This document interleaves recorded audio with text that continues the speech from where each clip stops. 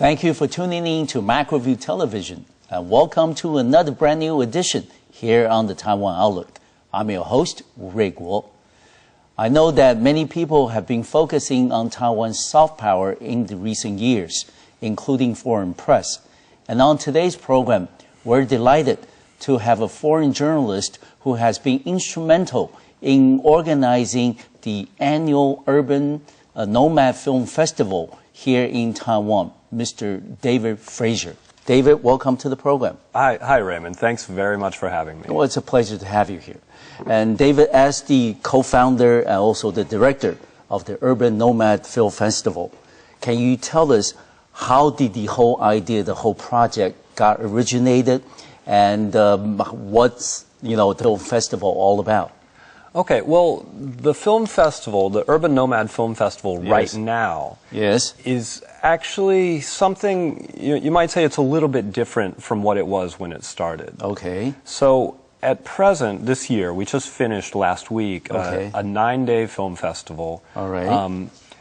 Every day we had one feature film, a feature documentary, which we selected. Most of these were international. Okay. But together with that, it was a double feature every day. We also had a program of Taiwanese short films that were entered to our festival as part of an open competition. Okay. So what we're trying to do is, on one hand, give Taiwanese independent filmmakers and directors a platform to show their works, and then at the same time to introduce new ideas, what we think are innovative ideas from films from all over the world. Yes. And for one ticket every night, you can see both programs. You can see everything. Okay. And how big is the film festivals now? You said it's 9 days. And how many films do you gather normally?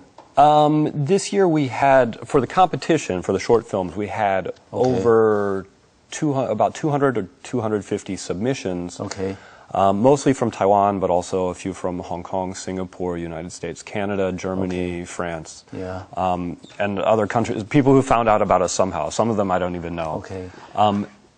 For feature films, we showed 9 or 10 feature films. So these are kind of like quite selectively chosen. Okay. And in some ways, for documentary, I would consider ourselves almost like a boutique film festival. All right. And how many years has this been going on? We were founded in 2002, so this was the 9th edition, which just finished. Okay. And the fact is that why the name Urban Nomad?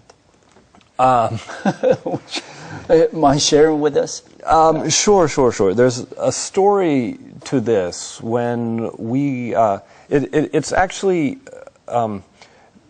based on some materials and theoretical ideas that came our way. Okay. In 2002, a local architect had sponsored a conference, an international conference in Taipei called Urban Flashes. The architect's name was Ji Tianan. Okay. And one of the speakers from England, an architect and writer named Neil Leach, introduced a paper called The Urban Nomad. Okay. And his idea was that he, as an architect, had sort of realized he had been traveling all over the world, going to different cities, Tokyo, Frankfurt, North, South America, everywhere, and realized that everywhere he went, he was sort of hanging out with the same group of people. Okay. Right. That in some ways his identity as a person was more influenced by his network of artists and creative types that he made. Right. They wore the same fashion. They stayed in the same types of hotels. They talked about the same things. They read the same books. So he found that he felt like he was partaking more in a network identity than an identity based on his nation or ethnic group or geography. All right. So this is sort of like maybe a 21st century kind of idea. Okay. And we thought that this was interesting, and we also thought it's kind of a catchy name. And so we were thinking that independent film or underground film can also be an international network. See the light of day. Yes. Right. And we could be the sort of the node or the station in Taiwan that taps into this network. Get a takeoff, yes. Yeah. And you do have a poster here from this year's festival. Will you want to show us? Yes. Sure. This is This is our Pride and Joy. So when you go to the the coffee shop, it looks like this, and then you can open it up, and on one side you have a poster. Of course. This is the Urban Nomad, our logo, which is adapted. This is original creation, I suppose. Yeah, a friend of mine who was an illustrator drew the figure, and then we've adapted different designs. This year we put it in sort of we call this the Blue Earth motif, because we had several films that were drawing attention to environmental issues, especially related to the ocean ecology. That sounds good. Yeah, and on the back page? And then on the back you get our whole schedule here. Okay.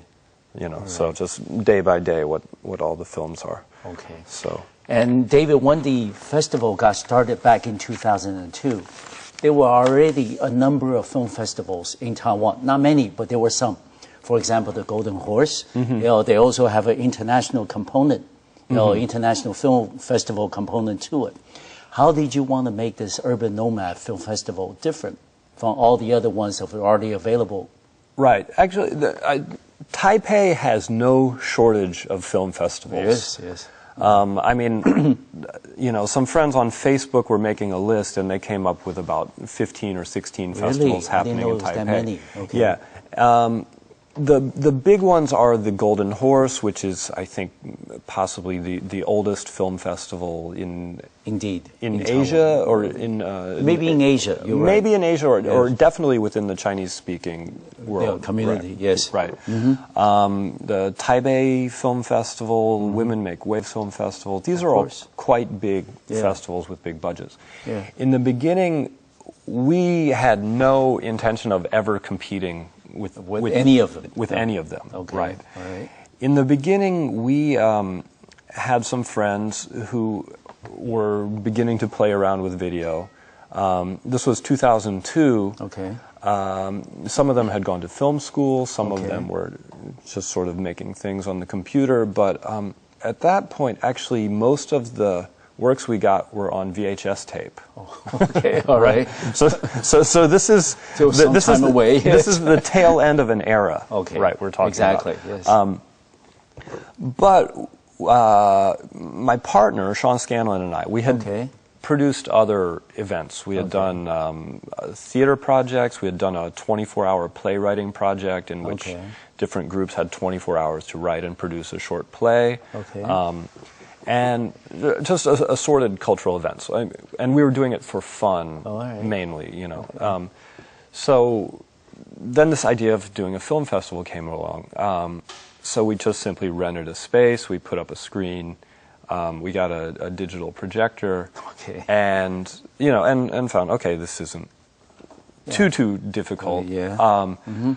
And actually, the first year was a great success. I think, you know, for the Saturday night, we had 150, 200 people come out. That's very good. Right, and just bare bones, an empty warehouse with a screen hanging in it, and a cooler on one side selling beer, and it was a big hit. And we're sort of like, okay, we can do this again next year. And so we weren't thinking in the long term at all. No. Okay, but we were talking, you know, you and I were talking before the, you know, taping started, that as the film festival, you know, progressed over the years, that you've gotten a lot bigger, and there are a lot more regional as well as international interest in taking a part in your film festival. How do you then screen the films that want to be a part of the Urban Nomad?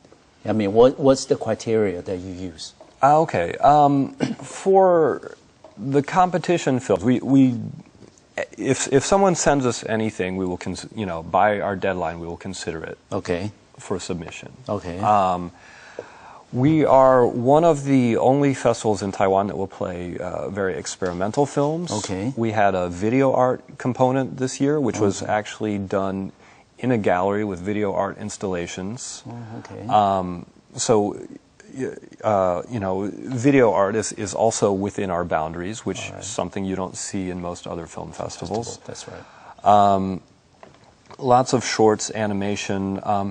This year we started getting submissions of longer films. Longer in the sense of what, an hour or longer? An hour to 90-minute documentaries. Okay. Right. One of them had even been on the National Geographic channel before. That's not bad, yes. Right. You know, so the standard and the quality is definitely going up, gradually going up, and we're trying to find space within the festival. Okay, to accommodate all of these things. Okay. So this is actually the first year where we had an at-large submission, a documentary about the Taiwanese dancer Xu Fangyi. Oh, yes. With the LAFA group, quite outstanding dancer. Okay. And we placed this actually as one of our featured documentaries, you know, that we played on the Wednesday night of the festival. Okay, and David, you mentioned earlier that this year's festival had a very clear environmental concern focus.